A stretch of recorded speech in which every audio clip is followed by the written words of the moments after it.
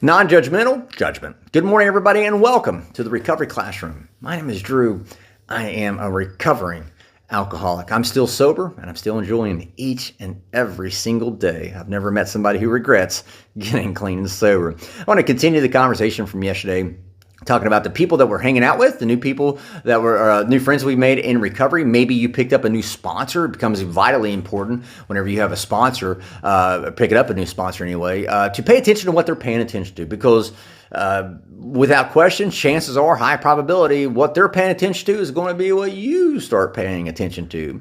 If your new sponsor or my new friends are paying attention to process over progress, well, then chances are that's what's going to happen to me. And that could land me in a world of trouble unless I am paying attention to it. The reason why and how this works is typically over time, as I'm building that new fellowship of friends and maybe a new sponsor or something, over time, I'm going to ask opinions. I want to talk to them about some of the problems and challenges going on in my life. That's what we do in recovery, right? That's what we should be doing in recovery. And over time, they're going to, I'm sure, offer their opinions, maybe even offer a few suggestions. But over time, somewhere along the line, somebody somewhere goes, instead of offering me an opinion, they want to give me the judgment.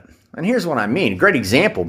I'm on all these, a lot of these recovery threads or recovery forums on social media, and I was doom scrolling not too long ago, and somebody spoke up and said, "Hey, I relapsed, what now?" And I smiled to myself. I was like, okay, how many comments is it going to take before I see that one person who always has to pipe up and say, relapse is not part of recovery? It kills me. It's like nails down a chalkboard. Who am I to tell you that relapse is not part of your story? After all, it's your story, not mine. So who am I? When did I die and become God and start writing your story? I don't get to write your story. You write your story. I don't get to tell you what is and isn't part of your recovery because it's your recovery. My recovery is mine. You don't get to tell me what works in my recovery.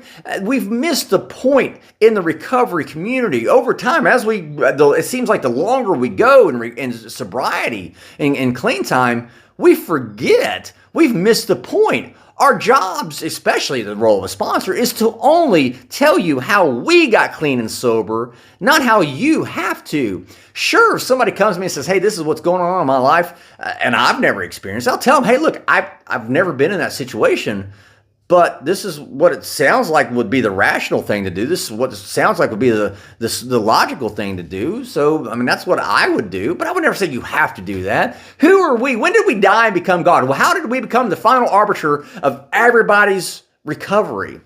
I don't get to tell you what's right and wrong in your recovery. You know why? Because I'm not the son of a bitch that's holding the pen, writing your story. That's your story to tell. And unfortunately, in the recovery community, what has happened is the place of non-judgment has become the biggest place for judgment. And see, there's the big book that I absolutely love, the big book, and I follow the 12-step program outlined in the big book. But there's a bigger book, and a couple that I like to pay attention to. I don't necessarily follow it per se, but I like to pay attention. There's a couple of lines in that big book that I always try to keep in the back of my head. "Let he who is without sin cast the first stone." That's an important line. And there's another great line: "Judge not, lest ye be not judged." That's an even better line. I'm not the judge. I don't have a black robe. I don't have the gavel. I'm not interested in casting judgment. And that's what we have gotten so far away from. We instead of asking that person who relapsed, "Hey, what happened? Hey, I noticed you stopped going to meetings. Did that have anything to do with it?" No, we want to cast judgment and say, "Well, relapse is not part of your story." Really? Because if that person is waking up again today and starting over, that sounds like they're still in recovery. That sounds like they're still trying. And as long as they're still trying, that sounds like they're in recovery. Recovery is not a one and done thing. Just because somebody relapsed, you can't say, to me anyway, I would never say relapse is not part of recovery. I'd call bullshit. Tell them to go mind their own business.